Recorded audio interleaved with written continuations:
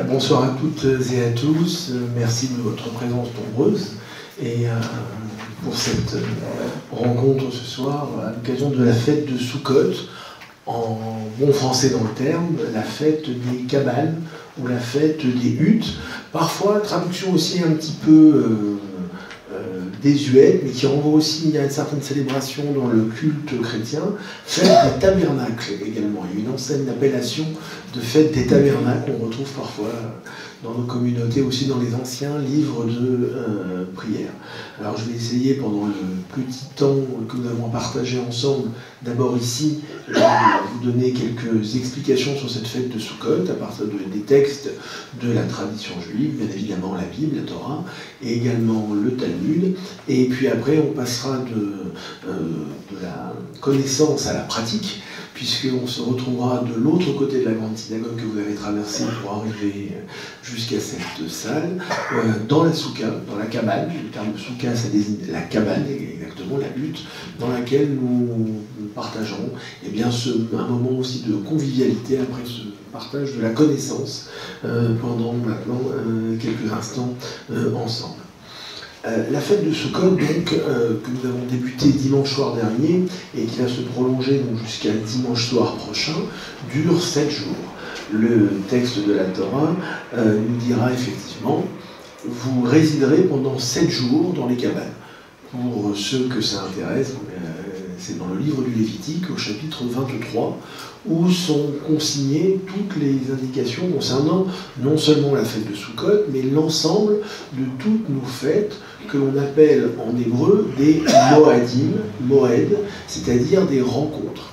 Ce terme de moed, pour ceux qui sont hébraïsants, renvoie aussi au Ohel Moed, ce qu'on traduit habituellement par la tente d'assignation, préfiguration du temple, du sanctuaire, mais la traduction plus exacte serait plutôt la tente de la rencontre.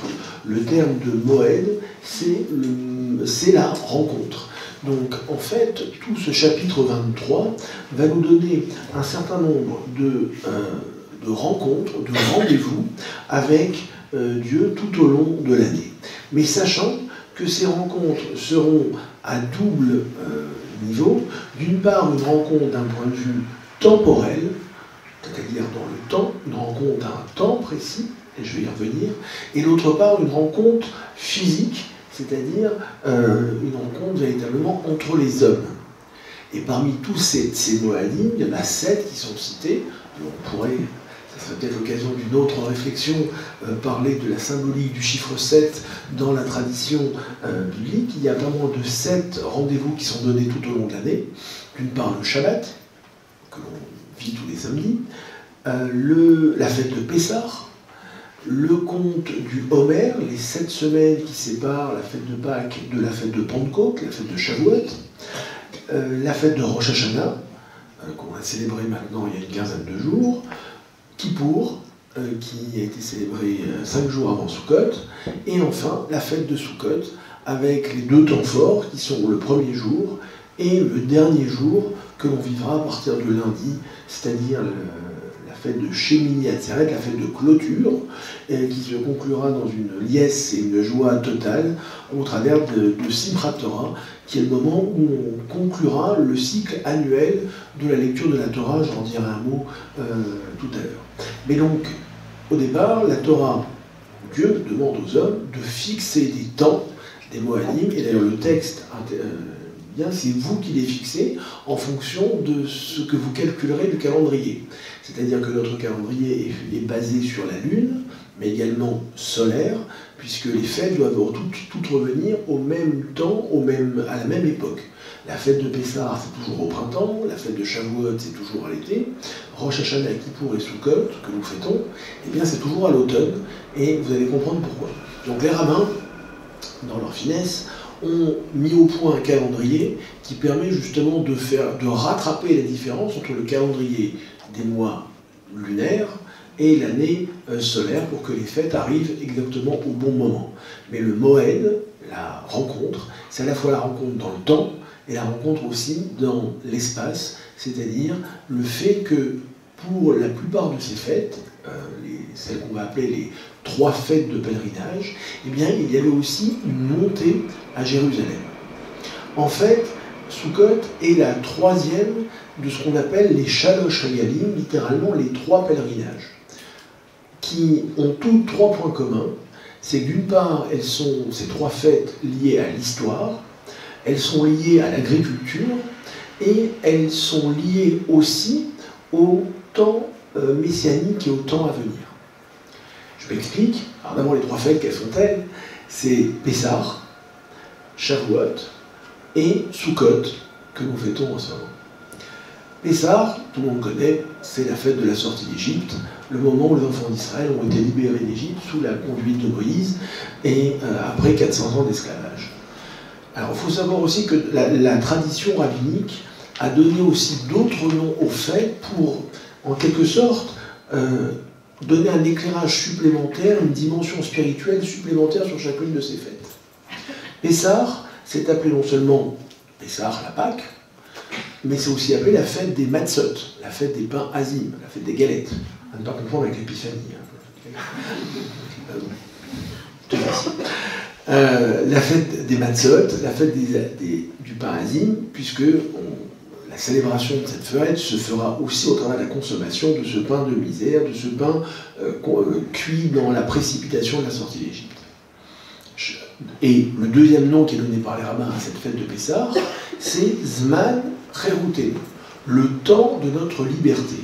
C'est-à-dire qu'à Pessah, le challenge n'est pas seulement de revivre une histoire, et vous connaissez bien sûr la première soirée du Seder, la première soirée de Pessah, ce qu'on appelle le Seder, la soirée pascale, où la famille se retrouve autour d'une table avec un certain nombre d'ingrédients, les fameuses matzot, l'os rappelant le sacrifice, les herbes amères, qui vont être consommées au travers d'un récit, au travers de tout un tas de rites, qui fait qu'on va revivre cette sortie d'Égypte, et comme si on était en train d'en sortir. Le challenge, c'est nous-mêmes de sortir d'Égypte, de notre Égypte personnelle. Parce que, bien évidemment, c'est une soirée extrêmement pédagogique, et on autorise les enfants, les plus jeunes et tous les convives à poser toutes les questions qu'ils souhaitent. Mais franchement, 3500 ans plus tard, on la connaît l'histoire. On sait que c'est toujours la même chose. Non, il y a cette dimension spirituelle que l'on se doit de sortir de notre Égypte personnelle. Les rabbins font remarquer d'ailleurs que l'Égypte, en hébreu, ça se dit Mitzraïm. Mitzraïm, c'est à la fois la racine de la lémite, Metzar, et la détresse. Mina Metzar Karatia, du fond de ma détresse, je t'ai invoqué, le psaume 118, ou 117, l'édition, du fond de ma détresse, je t'ai invoqué. Metzar, donc être capable de sortir de sa détresse, de ses limites. C'est ça le challenge, en quelque sorte, spirituel de Pessah. 7 semaines plus tard, on va voir la fête de Shavuot, c'est le don de la Torah, et on revit ce don de la Torah par une nouvelle acceptation de la Torah. Comment ça se passe? C'est par l'étude. On a l'habitude dans nos communautés d'étudier toute la nuit de Shavuot, des textes du Talmud, de la Bible, des penseurs de la tradition juive, pour que le matin, dès l'aube, on relise les 10 commandements et que par cette lecture, on réaccepte non seulement les 10 commandements, mais l'ensemble des 613 commandements et l'ensemble de toute la Torah. Et nom que vont donner le deuxième nom de cette fête de Shavuot, Pentecôte, fête des semaines, c'est Zeman Matan Toratenu, le temps du don de notre loi, le temps du don de notre Torah. C'est-à-dire qu'on se réapproprie la loi, on la reçoit à nouveau chaque année à Shavuot. Quelques mois plus tard, on va arriver donc maintenant à Sukkot, et Sukkot, donc c'est la fête des cabanes, qui va commémorer non pas un événement donné à un temps précis, mais nous dirons, les sages, va commémorer la vie des enfants d'Israël dans le désert. Vous résiderez, et là je vous renvoie de nouveau au chapitre 23 du Lévitique, vous résiderez dans les Sukkot pendant 7 jours, dans des cabanes, dans des huttes, pendant 7 jours, afin que vous sachiez que j'ai fait résider les enfants d'Israël dans des cabanes lorsqu'ils sont sortis d'Égypte. C'est le verset du chapitre 23. Vous le ferez parce que vous saurez comme ça que j'ai fait résider les enfants d'Israël dans des cabanes en sortant d'Égypte. D'où, donc, il y a le côté historique, comme les autres fêtes, mais combien de temps ça a duré cette histoire des cabanes? Est-ce que c'était quelques jours? Est-ce que c'était une étape? Parce que si vous lisez l'Exode au chapitre 15, après la sortie... pardon, au chapitre 15, c'est ça? Oui, je suis dans le bon sens. Au chapitre 15, merci d'y veiller, j'ai dû prendre une Bible avec moi. Au chapitre 15, quand on va avoir les étapes des enfants d'Israël, Vaïssoum et Ramsès, Vaïachamim et Sukkot, ils sont partis de Ramsès et ils ont campé, ils ont séjourné à Sukkot.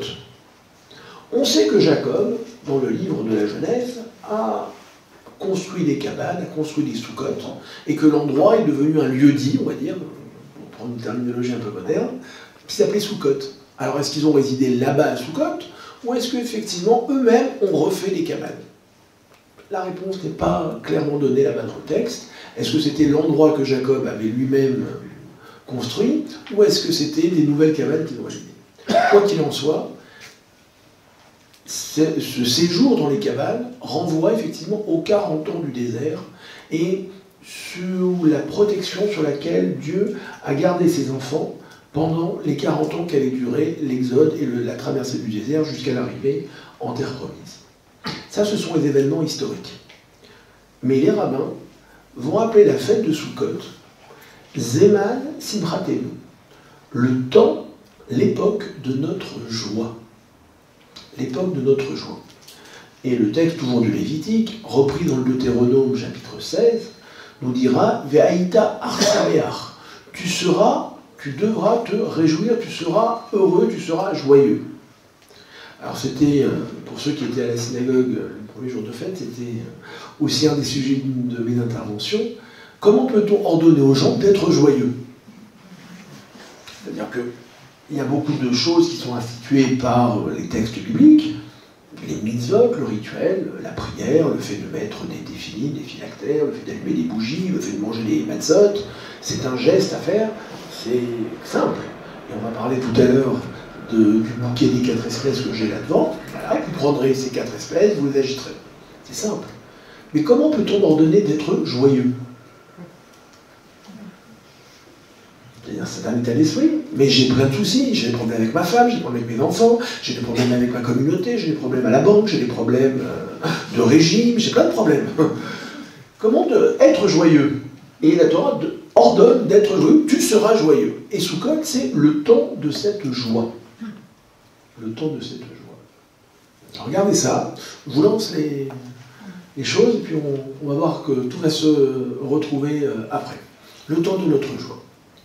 Ces 3 fêtes de pèlerinage, Pessah, Shavuot et Sukkot, étaient le premier point commun, donc c'est l'histoire. Le deuxième point commun, c'est qu'elles sont toutes les 3 liées à l'agriculture. En ce sens que ces fêtes, au moment de ces fêtes, les enfants d'Israël quittaient leur demeure pour monter à Jérusalem, amener les bikurim, les prémices des récoltes, les premiers fruits de leur récolte, pour les consommer devant Dieu. 3 fois par an, tu te présenteras devant moi, et c'est repris dans le texte aussi du Deutéronome chapitre 16, tu te présenteras devant moi, et tu seras donc joyeux, et tu consommeras les premiers fruits. Et en fait, à chacune de ces fêtes correspondait aussi le temps de la récolte. Quand on parle des premiers fruits, c'est les fruits d'Israël. Les fruits d'Israël, c'est les 7 fruits par lesquels la terre d'Israël est glorifiée et louée. Deutéronome 8.8. Une terre de blé, d'orge, de grenades, de raisins et de figues, une terre où coule le miel et... Non et l'huile. Et l'huile. Et où coule le miel et l'huile. L'huile, ça fait référence à l'olive. Et le miel, ça fait référence à la date. Donc les 7 fruits d'Israël sont le blé, l'orge, la figue, le raisin, la grenade, la date et l'olive. Et en fait, les premiers fruits de ces récoltes étaient amenés à Jérusalem lors de ces 3 fêtes de pèlerinage. À Pessah, c'est le printemps. La première céréale du printemps, c'était l'orge. Donc on montait avec les premières offrandes d'orge à Jérusalem. Shavuot, c'est le début de l'été, c'était le blé. Et rappelez-vous l'histoire de Ruth, la Moabite, qu'on lit d'ailleurs dans notre tradition le jour de Shavuot, se passe au moment de la récolte. Toute l'histoire avec Boaz, tout ça, c'est le moment de la récolte du blé.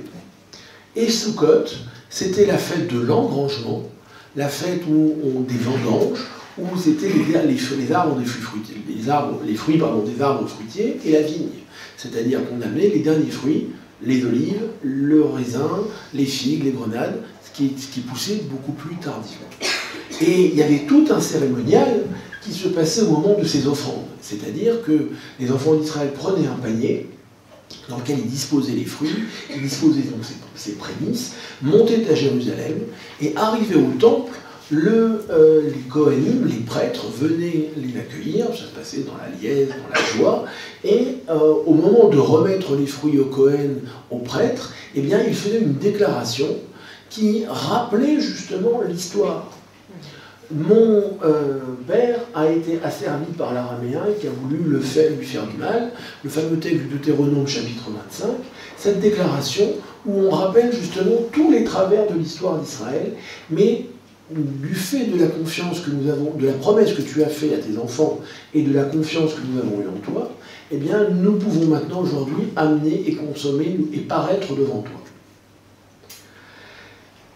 Donc une déclaration à la fois historique, mais extrêmement forte et symbolique. Donc chacune des fêtes correspondait au temps de ces récoltes. Mais en quelque sorte, les sages vont nous expliquer que le travers que pouvaient avoir les enfants d'Israël, une fois qu'ils étaient installés sur la terre promise, c'était d'oublier d'où leur venait leur subsistance et leur nourriture. C'est-à-dire que, et c'est le texte du Deutéronome le dit bien dans le dernier discours de Moïse, tu penseras que c'est par la force de ta main et par ton travail que tu as obtenu tout ce que tu as. Et tu en viendras à oublier l'Éternel ton Dieu. Non, il y a les fêtes de pèlerinage. C'est-à-dire que les enfants d'Israël, pendant les 40 ans, ils ont été des nomades. Et arrivés sur la terre d'Israël, ils deviennent des sédentaires. 3 fois par an, on leur repropose, la Torah leur demande de redevenir des nomades. C'est-à-dire de partir avec les premiers fruits des récoltes et d'aller les consommer à Jérusalem, de se remettre en route pour justement se paraître devant Dieu. Nos sages vont nous expliquer d'ailleurs que pendant les 40 ans du désert, les enfants d'Israël ont bénéficié de la providence divine pour tout ce qui était leur subsistance. À savoir qu'il y avait 3 miracles permanents. D'une part, le fait d'avoir de l'eau, le fait d'avoir à manger, la fameuse manne, et le fait d'avoir une protection divine qui les protégeait en permanence, ce qu'on appelle les anané kavod en hébreu, c'est-à-dire les nuées de gloire qui les recouvraient. Et nos sages expliquaient que ces trois mérites, ces 3 miracles dont ils ont bénéficié, étaient dus au mérite des 3 parnassim, des 3 nourriciers, qui étaient Moïse, Aaron et Myriam. Moïse, Aaron et Myriam. Par le mérite de Moïse, ils ont bénéficié de la manne pendant les 40 ans du désert. Par le mérite de Myriam, ils ont bénéficié de l'eau, le fameux puits qui les accompagnait en permanence. Et rappelez-vous que dans le livre des Nombres, chapitre 20, lorsque Myriam meurt, il n'y a plus d'eau. Et d'où sait-on quel rapport entre la mort de Myriam et le fait qu'il n'y a plus d'eau? C'était par le mérite de Myriam qu'il y avait de l'eau. Et quand elle est morte, le puits a disparu. La fameuse histoire avec le rocher et Moïse qui se fait punir avec son frère Aaron de ne pas rentrer en terre d'Israël. Et à Aaron, c'était les anané kavod, c'est-à-dire les nuées de gloire qui protégeaient les enfants d'Israël, c'est-à-dire qu'ils avaient comme une bulle de protection divine qui faisait qu'ils bénéficiaient à la fois d'une température clémente en journée, une température chaude en soirée dans le désert, et que toutes les peuplades qui auraient voulu les attaquer, eh bien, n'ont pas osé le faire, parce que effectivement le peuple d'Israël était en quelque sorte sous cloche, était absolument invincible. Et c'est seulement après la mort d'Aaron, à la fin du livre des Nombres, que les rois amoréens vont attaquer le peuple d'Israël à ce moment-là, après la mort d'Aaron, parce que justement les nuées de gloire ont disparu. Donc c'est le mérite de ces trois personnages qui avait fait que les enfants d'Israël bénéficiaient de ces trois miracles dans le désert. Puisqu'on parle de Aaron, on parle aussi donc des Hanané Kavod, par son mérite, c'était les colonnes, les nuées de gloire qui protégeaient le peuple d'Israël. Et une interprétation du Talmud dans le traité Souka, qui parle justement de la fête de Sukkot, va nous dire c'était quoi les Sukkot? C'était ces nuées de gloire qui protégeaient les enfants d'Israël. C'est-à-dire que la Souka, qui pour nous est une cabane de frêle branchage, est en fait le lieu de la protection divine. On se place, quand on va dans la Souka, directement sous la protection divine.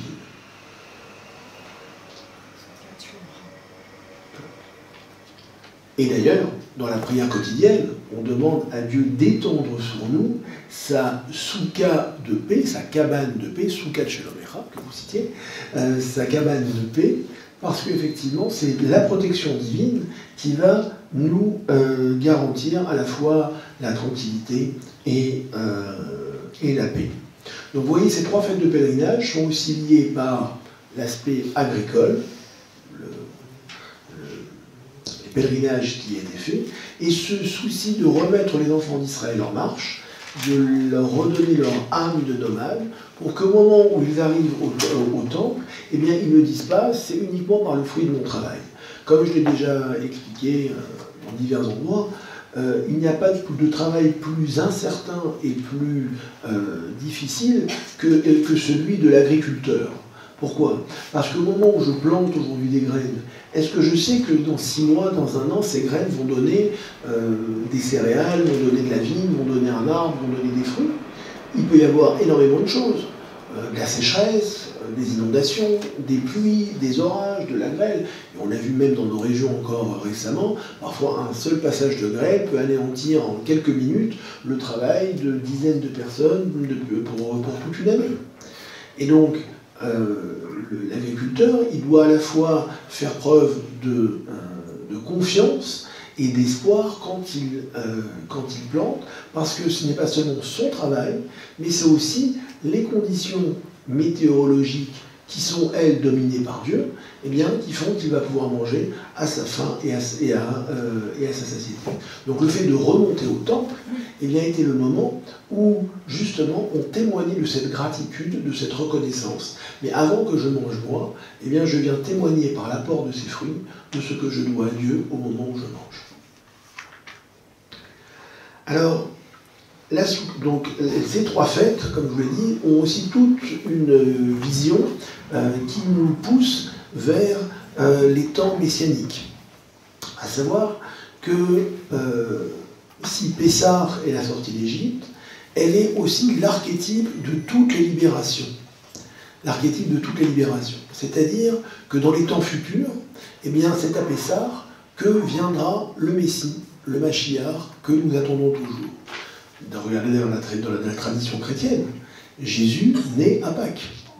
Le dernier repas de Jésus est la scène qui est le Seder de Pessah, où effectivement il partage avec ses disciples, eh bien, pas seulement un repas, mais aussi la connaissance au travers des rites et du rituel.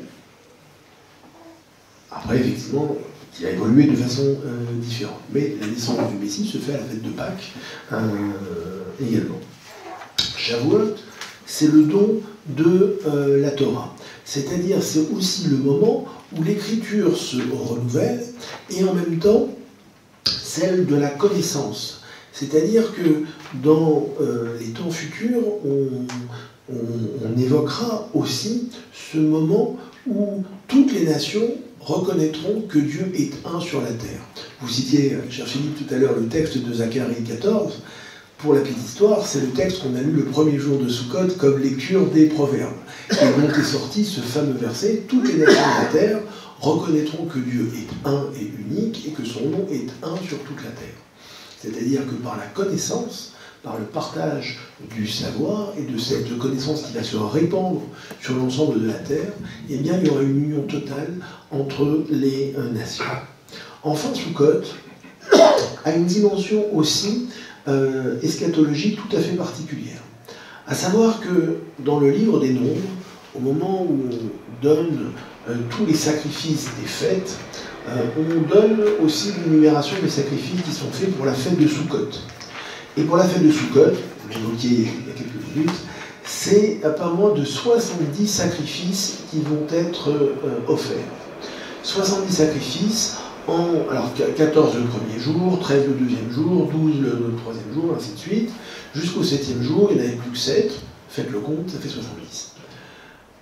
En considération de toutes les nations de la Terre. Alors quand on parle des 70 nations, c'est bien sûr pas les nations qui sont inscrites à l'ONU, hein, c'est les 70 descendants de Noé, les 70 descendants de Noé après le déluge. Lorsque Noé va reconquérir le monde, se réinstaller sur le monde après l'histoire du déluge avec ses enfants, et qu'ils vont repeupler la terre, ils vont donner naissance à 70 personnes, dont on considère comme étant les pères des 70 nations de la terre, avant qu'elles ne soient dispersées lors de l'épisode de la tour de Babel. Et en fait, les nations se trouvent aussi appelées à venir à Jérusalem au moment de la fête de Soukhot. Et de venir à Jérusalem pour justement sacrifier avec Israël. Et donc en fait, Israël symboliquement offre ces 70 taureaux, qui étaient offerts donc, au fur et à mesure des 7 jours de la fête, et les nations assistent également à, ces offrandes, et en quelque sorte, eh bien, viennent aussi célébrer le temps du règne de Dieu sur la terre. C'est-à-dire que c'est justement à Soukhot, pendant cette fête des cabanes, que la manifestation de la présence de Dieu est la plus palpable, la plus concrète de l'ensemble de l'année. Il faut aussi se rappeler que Soukhot vient d'une part au terme de l'année liturgique, mais surtout au terme des 2 autres fêtes que sont Rosh Hashanah et Yom Kippour. On a célébré 15 jours avant pour Rosh Hashanah et 5 jours avant pour Yom Kippour. Rosh Hashanah, c'est un jour de jugement. Dieu ouvre devant lui les livres de la vie et de la mort et dit qui vivra, qui mourra, qui par le feu, qui par la maladie, qui par l'eau, ainsi de suite. Je reprends le texte de la liturgie. Mais ce qu'on oublie souvent, c'est que le jour de Rosh Hashanah, Dieu, nous ne prions pas que pour nous, que pour notre salut. Dieu juge l'ensemble de la création et le peuple juif prie pour l'ensemble de la création le jour de Rosh Hashanah. Parce que c'est l'ensemble de la création qui est jugé le jour de Rosh Hashanah au Nouvel An. Et d'ailleurs, plus que la création du monde, Rosh Hashanah célèbre la création de l'homme, la création de Adam. La création de Adam, le premier homme, qui est l'homme qui nous ressemble, celui avec lequel on peut établir une société et faire société plus exactement. Donc nous célébrons cela à Rosh Hashanah et nous prions pour l'ensemble de l'humanité. Kippour a une dimension qui est plus particulière à Israël, puisque effectivement nous prions pour notre pardon et pour être inscrits dans le livre de la vie, que Dieu pardonne nos fautes. Mais néanmoins, il y a cette notion universelle, le jour de Kippour également, au travers de la lecture d'un texte que vous connaissez tous, qui est l'histoire du livre de Jonas. On connaît Jonas et sa baleine, ou le cachalot, ça dépend. Le texte ne dit pas ce que c'était. Mais Jonas, finalement, qu'est-ce que Dieu lui demande? D'aller prophétiser, d'aller enjoindre au repentir les habitants de Ninive, qui était une ville qui n'était pas juive. Pourquoi Jonas refuse-t-il? Parmi toutes les réponses que donnent les sages à cette fuite de Jonas dans le fameux bateau qui va lui valoir le séjour dans le ventre du poisson, c'est que Jonas ne voulait pas passer pour un faux prophète auprès des nations. Parce que je sais que tu es un Dieu miséricordieux. Ils vont demander pardon, allez, à minima. Tu vas te faire impressionner, et moi je vais passer pour un imbécile. Et c'est toute la suite de l'histoire de Jonas. à savoir la fameuse histoire avec le fameux ricin qui naît, qui meurt l'espace de 24 heures, tu as un souci d'un ricin, d'un arbre qui ne t'a pas coûté ni travail, ni fatigue, ni quoi, ni caisse, et tu voudrais que moi, le créateur de toutes choses, eh bien, je n'ai pas pitié de cette ville où il y a 120 000 hommes, 120 000 personnes, qui ne savent pas distinguer leur droite de leur gauche, dont acte. Ce que Dieu reproche à Jonas, c'est son indifférence à la souffrance d'autrui. Et en quelque sorte, le jour de Kippour, même si on est plus tourné vers notre intériorité par le jeûne, par les prières, par le repentir, on prend le temps aussi d'écouter ce que vient nous apprendre Jonas. Le refus de l'indifférence et le refus du silence devant la souffrance d'autrui. Parce que pire que la haine, c'est l'indifférence. Si j'ai de la haine pour quelqu'un, j'ai quelque chose vis-à-vis de lui. Mais effectivement, l'indifférence, c'est-à-dire que je ne ressens rien vis-à-vis de lui. C'est ce que vient de dire Dieu à Jonas. Sukkot, toutes les nations vont revenir vers Jérusalem et offrir avec Dieu. Mais en même temps, Sukkot, c'est le temps de la confiance retrouvée. C'est-à-dire qu'à la fin de Kippour, et Didier qui vient d'arriver, qui est un de nos officiants talentueux, en plus de toutes les autres qualités que vous lui connaissez le jour de Kippour, on sent une pression qui monte au fur et à mesure de la journée.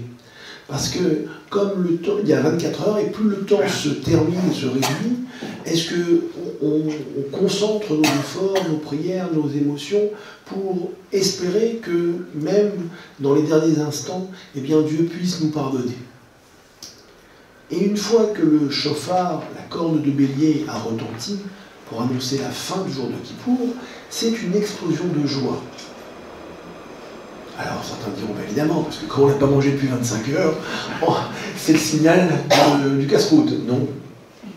Parce que nous sommes Betuchim Bachem, c'est-à-dire que nous avons confiance en Dieu. Nous avons confiance en sa mansuétude et en sa miséricorde. Et que, bien évidemment, si nous ne savons pas ce qui va advenir de nous, eh bien nous sommes confiants. Ce qui fait qu'à la fin de Kippour, il y a à la fois cette explosion de joie, et en même temps, le fait de se mettre, de se tourner vers la soukha, d'aller vivre dans la soukha. Je rappelle d'ailleurs, et ça c'est les sages du Shulchan Arour, du code de la loi juive, qui diront qu'avant de manger, il faut d'une part faire la prière du soir, sans précipitation. D'autre part, si elle est visible, bénir la lune. Et enfin, commencer les préparatifs de la soukha. C'est-à-dire on va planter un clou pour commencer la cabane dans laquelle on va résider 5 jours plus tard. Et après seulement, on peut aller manger. C'est-à-dire qu'on se projette toujours dans la suite et dans l'avenir. Mais Sukkot, c'est-à-dire c'est le temps de la confiance retrouvée. C'est-à-dire, et c'est ce que va dire les sages dans la loi orale, on doit quitter nos maisons pour aller vivre dans une cabane de frêle branchage. Alors le principe étant que la soukha, la cabane, doit avoir toutes les caractéristiques d'une véritable maison. Minimum 3 murs, une porte et un toit. Ce toit qui permettra de voir le ciel au travers des branchages qui vont constituer ce toit en référence aux cabanes des enfants d'Israël dans le désert. Mais et donc cette maison va devenir, on doit faire en sorte que la cabane devienne une demeure fixe, notre maison pendant 7 jours, et que nos maisons en dur deviennent une demeure provisoire. Alors dans nos contrées, c'est vrai qu'on mange uniquement dans la soukha parce qu'on est quand même au début de l'automne et qu'il commence à faire relativement frais. Mais en Israël et dans les pays chauds, les gens même dorment dans les cabanes et souvent dans les pays, dans les endroits où les gens ont un jardin ou un balcon et qui peuvent le faire, eh bien ils vivent H24 dans la soukha pour véritablement se placer sous la protection divine, vraiment sous les ailes de la providence divine. Et on se doit eh bien, de meubler la souka avec des tapis, avec des meubles, et y prendre tous ses repas pendant toute cette semaine. C'est-à-dire qu'on fait de la souka sa demeure véritable et la maison habituelle comme étant la demeure provisoire. Tout ça pour nous rappeler que l'on se place dans le temps dans ce moment de confiance retrouvé avec Dieu.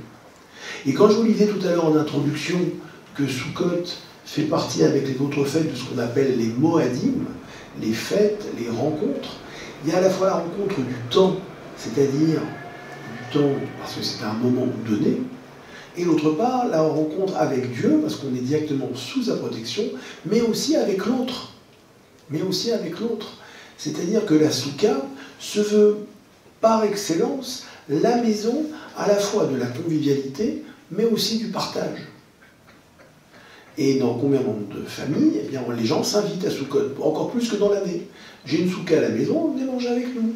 Et quand, comme c'est le cas ici à la synagogue, on a une souka communautaire, eh bien, les gens viennent manger les soirs de fête, les soirs de semaine, et il y a cette convivialité qui s'installe, c'est-à-dire de partager son repas, de goûter au plat de ses amis, et d'avoir véritablement cet échange.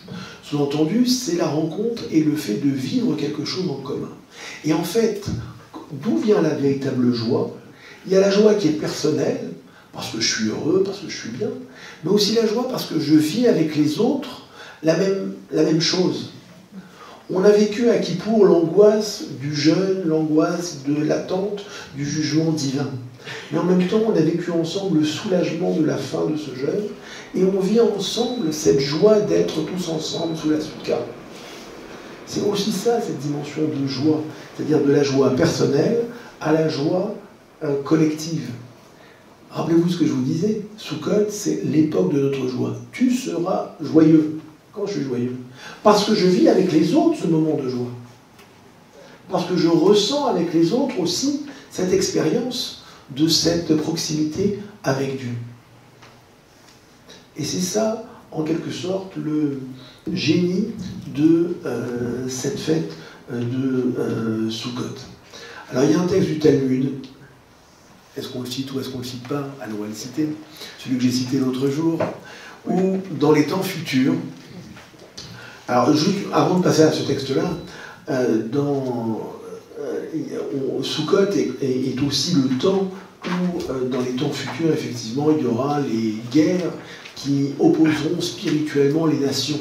Ce qu'on appelle Gog et Magog, les peuplades qui vont s'opposer, qu'on cite d'ailleurs dans le livre de Zacharie, que vous citiez tout à l'heure, mais également dans le livre d'Ézéchiel, et on lira d'ailleurs ce Shabbat, qui parlera justement de cette opposition, de ces forces morales et spirituelles. Mais dans le Talmud, on va nous dire aussi que dans les temps futurs, les nations vont venir se plaindre auprès de Dieu, en lui disant « Éternel, c'est bien sympa, mais pourquoi c'est Israël qui a la meilleure part ?» Parce qu'on nous dit que dans les temps futurs, il y aura un festin pour les justes et qui sera fait dans une souka, dans une tente de Léviathan, la souka de Léviathan. Alors le Léviathan, une espèce de bête curieuse, un monstre marin à la peau multicolore, et qui a été en quelque sorte mis sous cellophane par le Tout-Puissant pour les temps futurs. Et en fait, sa peau servira à faire la souka du futur dans laquelle Dieu fera résider les justes, et sa chair constituera le repas, le mets délectable que les justes auront à manger. Et donc les autres nations vont voir Israël qui a été particulièrement honoré et récompensé de toute son histoire. Alors, elles ont dû se plaindre à Dieu. Et Seigneur, pourquoi on n'a pas la même part que les autres? Non. Mais vous oubliez tout ce que vous avez fait à Israël? Vous avez oublié les persécutions, Ouais, mais bon, on va dire les Romains, nous on a construit des routes, on a fait des ponts. Les Égyptiens ont dit on a construit des pyramides. Et Dieu va leur, au fur et à mesure, renvoyer les arguments en leur disant oui, non, les routes c'était pour faire des péages, les pyramides c'était pour votre gloire personnelle, mais là on voyait un peu dans les corps les uns après les autres. Ok, d'accord, on n'a pas été... mais si on avait su qu'il y avait une aussi belle récompense, on aurait fait mieux. Ok, mais maintenant c'est trop tard. Ah, je t'en prie, ne nous laisse pas comme ça, tes nations. Adieu. Donne-nous une petite mitzvah, quelque chose à faire, qu'on puisse mériter comme Israël, quelque chose. Dieu s'interroge et dit, j'ai une mitzvah pour vous. J'ai quelque chose à faire. Vous allez faire une soukha. Vous allez faire une soukha. Et on voit fleurir sur les balcons de l'ensemble de l'humanité, dans toutes les cours, aussi bien au Sainte-Catherine qu'à Saint-Médard-en-Jalles ou à Saint-André de Cujac, en Afrique, au Moyen-Orient, en Amérique, partout, même en Ukraine et en Russie. On a une pensée pour ceux qui sont dans la guerre, bien évidemment, parce que la soukha, c'est aussi le symbole de la paix. Et on fait des soukhotes. Et tout le monde réside dans la soukha. Ça, c'est pas difficile. Ils sont partis prendre chez le roi Merlin les calices, les roseaux et tout. Tout le monde s'installe à la soukha. Mais Dieu, qui voulait leur donner une petite leçon, leur a dit, on va faire chauffer le soleil. Et voilà que, alors que les enfants d'Israël, que les nations étaient dans la soukha, le soleil se met à chauffer, il fait très très chaud. Et à un moment, Nick non plus, ils sortent de la cabane. Et non seulement ils sortent de la cabane, mais ils donnent des grands coups de pied dedans et ils se mettent à casser toute leur soukha, toute leur cabane. Et Dieu leur dit, voyez, c'est ça la différence entre vous et Israël. C'est que les enfants, la Torah, se veut être une loi de vie. C'est-à-dire que la Torah n'empêchera jamais, aucun des commandements, n'empêchera jamais d'avoir une vie correcte et convenable. Si on souffre du fait de faire une mitzvah, parce qu'il pleut dans la soukha, parce qu'il fait trop chaud, eh ben on sort de la soukha et on rentre à la maison. Il y a un midi, il pleuvait beaucoup, ben on n'a pas mangé dans la soukha. Parce que la pluie sur la tête dans la soupe, c'est pas agréable, donc on sort. Mais vous, ce que vous avez fait, non seulement vous êtes sortis, mais en plus vous avez dédaigné la mitzvah, vous avez abîmé la mitzvah, c'est-à-dire l'esprit de ce que je vous demandais de faire. Et c'est pour ça qu'Israël a été distingué dans son rôle de hors la goïm, de lumière pour les nations. Donc le temps messianique, donc la soukha, c'est aussi le symbole de cette époque messianique que nous appelons aussi de nos voeux. Comme on l'a rappelé, tous les soirs dans la prière, on dit effectivement « Étends sur nous, eh bien, la soukha, la tente de ta paix ». La soukha est véritablement l'endroit du partage, c'est la maison par excellence. Vous avez sans doute entendu parler d'un feuilleton israélien qui s'appelait Ushpitzin. Pour ceux qui ont la télévision, Netflix, les héros. Voilà, non, c'est pas les héros, c'est Ushpitzin, c'est littéralement les autres, les invités. Eh bien, à Sukkot, il y a aussi une tradition qui consiste à ce qu'on ait des invités d'honneur. C'est une tradition qui est assez récente, elle date du Moyen-Âge, où effectivement, en relation avec ce chiffre 7, des 7 jours de la fête, de ces 7 Moadim dont je vous parlais, eh bien, il y a aussi 7 bergers en Israël. Ces 7 bergers sont 7 personnages de l'histoire biblique qui ont chacun une dimension morale, une mida, une vertu, qui leur est propre et qu'ils ont, on va dire, cultivé tout au long de leur vie. Ces 7 bergers, ce sont d'une part les 3 patriarches, Abraham, Isaac et Jacob, puis Moïse et Aaron, enfin Joseph et David. Et à chacun de ces personnages correspond une dimension particulière, une dimension morale et spirituelle. Et en fait, Abraham, c'est la bonté, c'est le chesed, la grâce, c'est l'accueil. Rappelez-vous, la maison d'Abraham, la tente d'Abraham ouverte aux 4 vents, qui reçoit justement toutes les nations et qui reçoit les anges et ceux qui sont sur le bord de la route pour les approcher de la connaissance du divin, de la présence divine. Isaac, c'est la rigueur, c'est la force, c'est-à-dire le refus de la compromission. Souvenez-vous, Isaac, c'est celui qui va au sacrifice, et lorsque son père lui dit « c'est Dieu qui choisira le sacrifice », il y va. Et il ne recule pas, il comprend, il va jusqu'au bout des choses, c'est l'attribut de rigueur, du digne du jugement. Et ainsi pour tous les autres personnages, sachant que Jacob, c'est celui qui est dans l'exil, Joseph, c'est le juste, mais c'est l'ancêtre, un des ancêtres du Messie également, David, c'est la royauté, avec le Messie, et Moïse et Aaron symbolisent aussi ceux qui ont transmis la Torah, Moïse d'une part, et Aaron par la prêtrise. En fait, ces Ushpitzim, ce sont des hôtes de marque que l'on va inviter tous les jours dans la souka, et en fait placer notre demeure, notre maison, notre souka, sous leur protection, mais en même temps pour nous inspirer également de leur qualité, et pour que nous développions aussi dans notre maison et dans notre relation à l'autre, eh bien les qualités de ces 7 invités, de ces 7 Ushpitzim. Alors la tradition, elle s'est développée vraisemblablement vers le 15e, 16e siècle, et chaque soir, eh bien, on évoque eh bien, un de ces bergers. Donc aujourd'hui, on était le 3e jour, c'était Jacob, et à partir de demain, c'est Joseph, exactement, dont on va évoquer le mérite et le souvenir.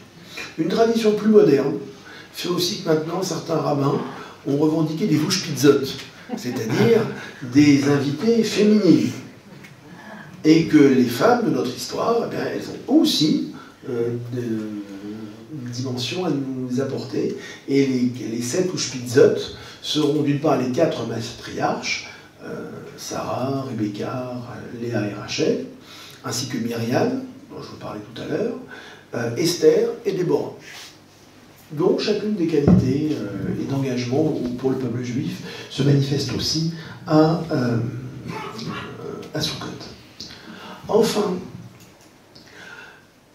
c'est la loi orale qui nous dira, en plus de tous les détails sur la fabrication de la souka, les détails techniques, qui nous rappellera que le monde est jugé 4 fois par an.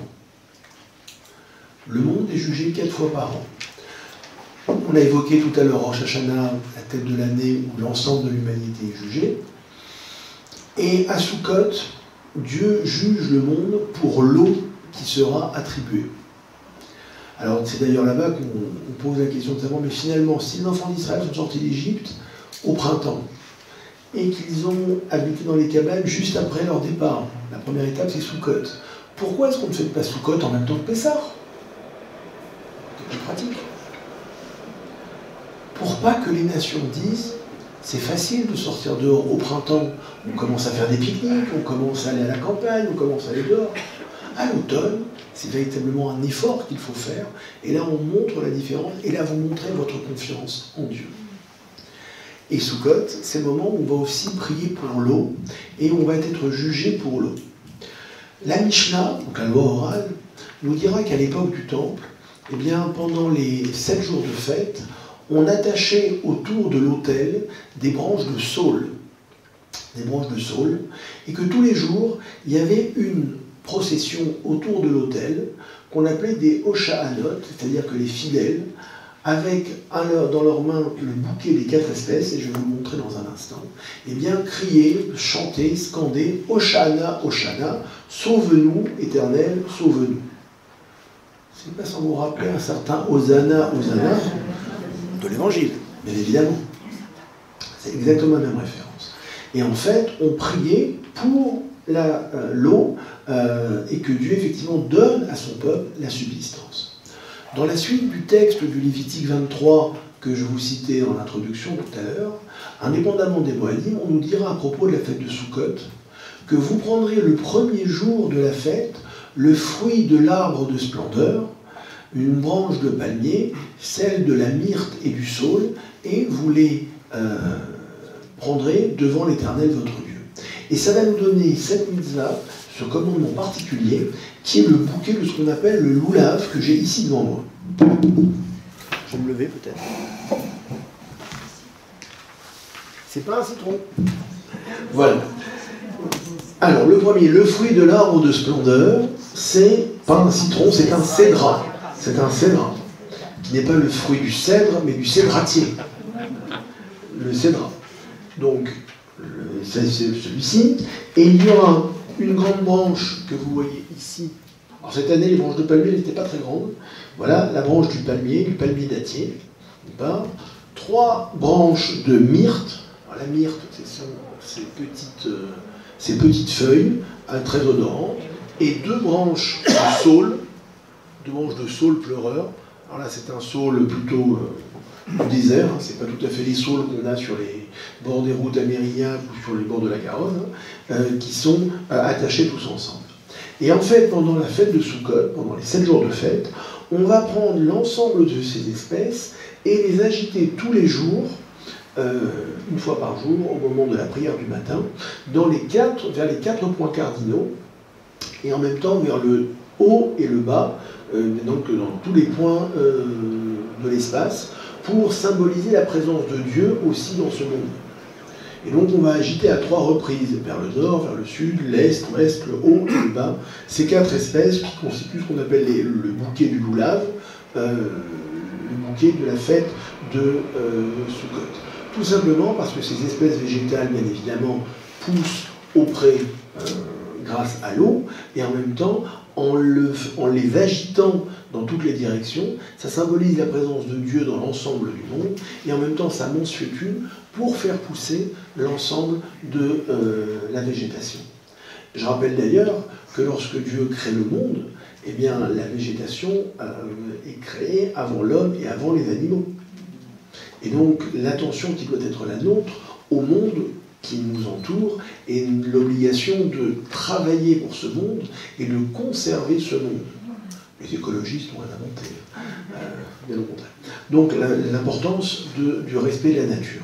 Alors, nos sages vont nous expliquer que chacune de ces espèces a des qualités différentes. À savoir que le cédra, l'étrog en hébreu, est un fruit qui se mange et qui a une odeur. Il se consomme et il est très odorant.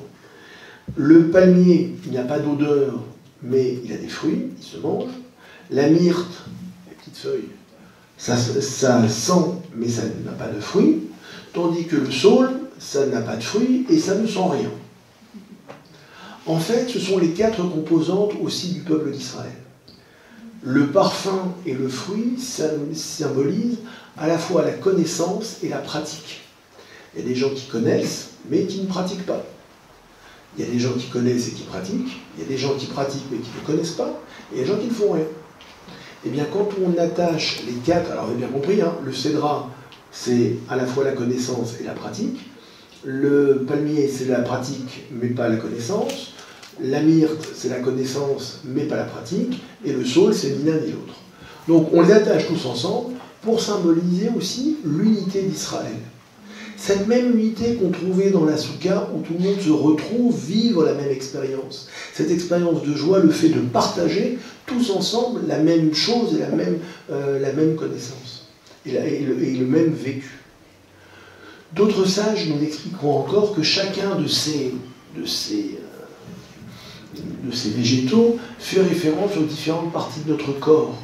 À savoir que le cédra va faire référence au cœur, les feuilles de la myrte vont faire référence aux yeux, le palmier à notre colonne vertébrale et le saule à la langue.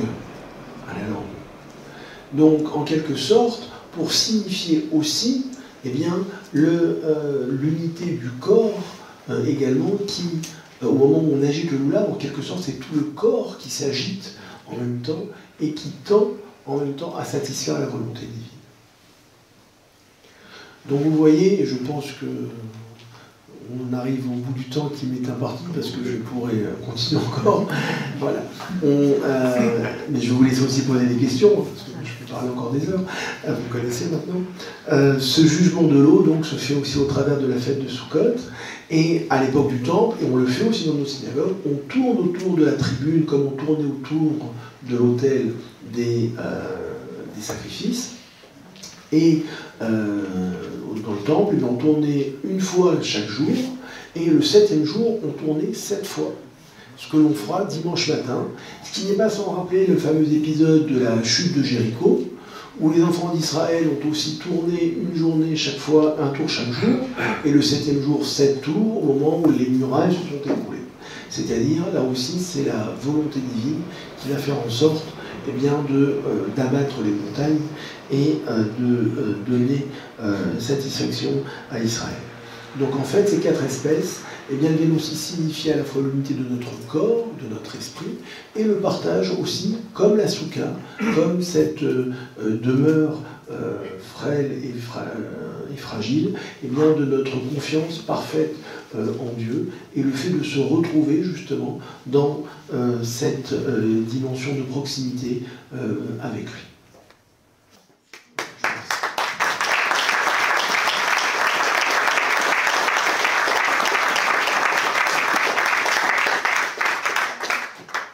Si vous avez des questions, bien évidemment. Pas plus d'une vingtaine par personne, ça va. Pas de souci. Je pose peut-être la première, ça me laissera le temps de réfléchir. Ou plutôt deux, mais peut-être juste une précision sur le loulav, sauf si je me trompe, mais vous agitez donc dans les 4 directions 3 fois.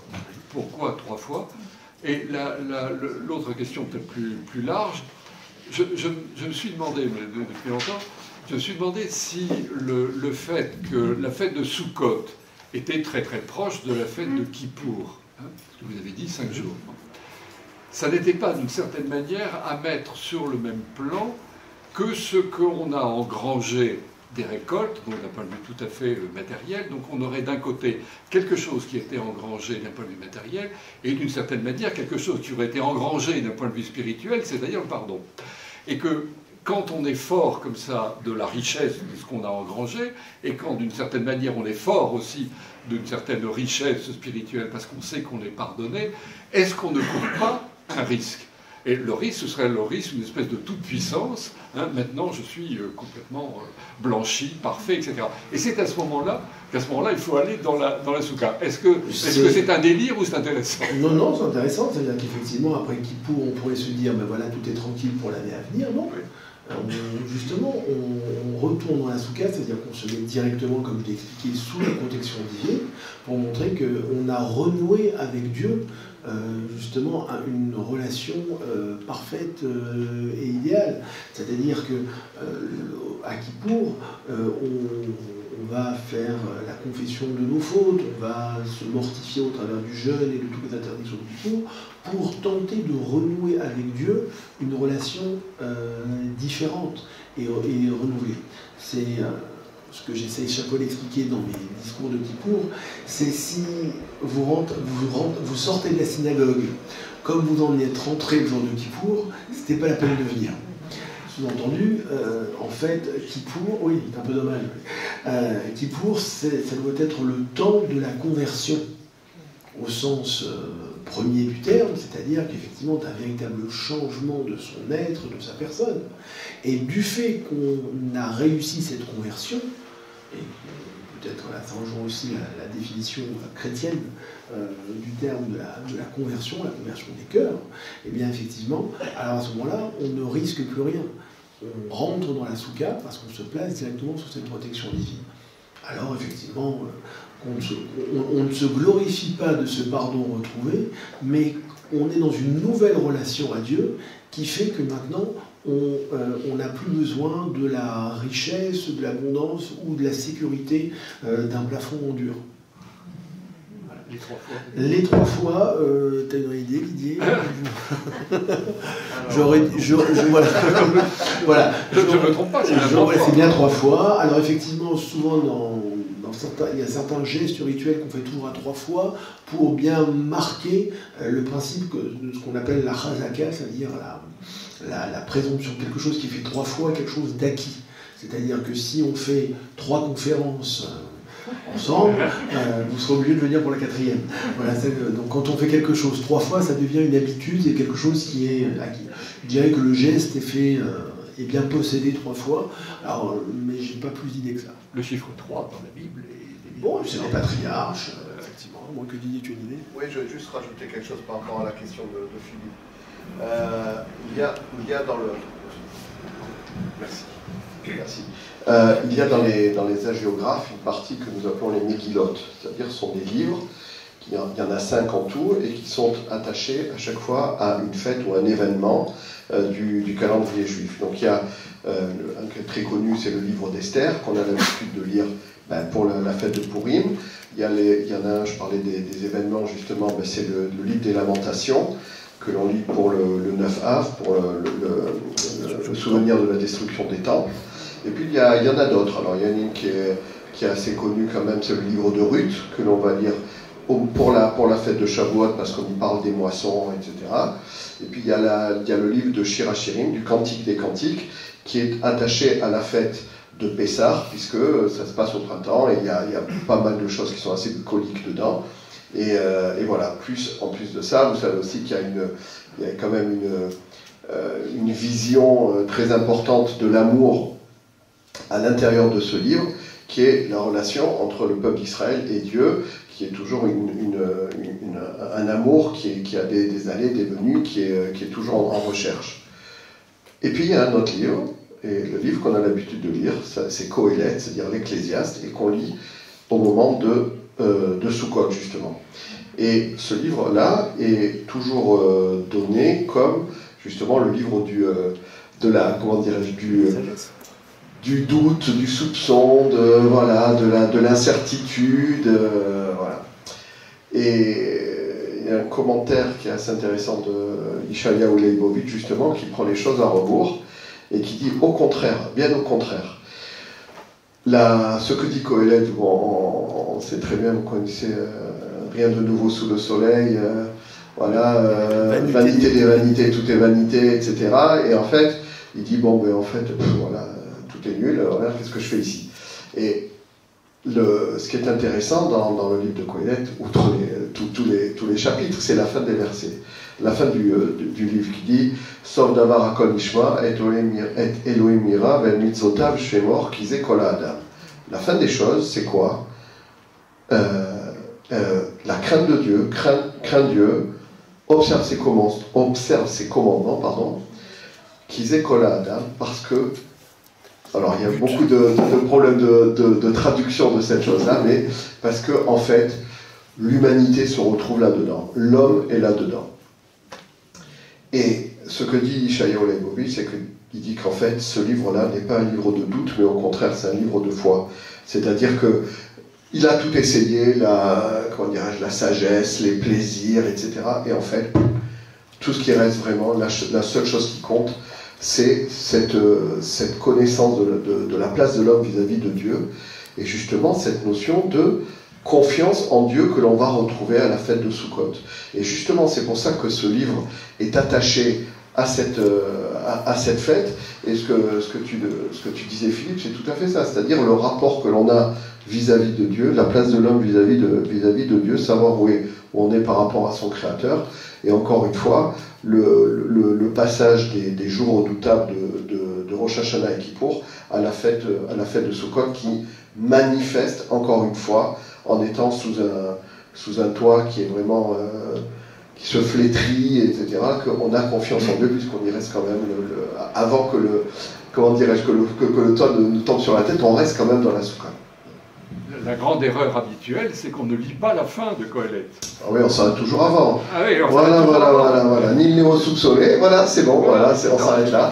Non, il faut le lire, d'autant plus qu'il y a des passages qui sont très intéressants.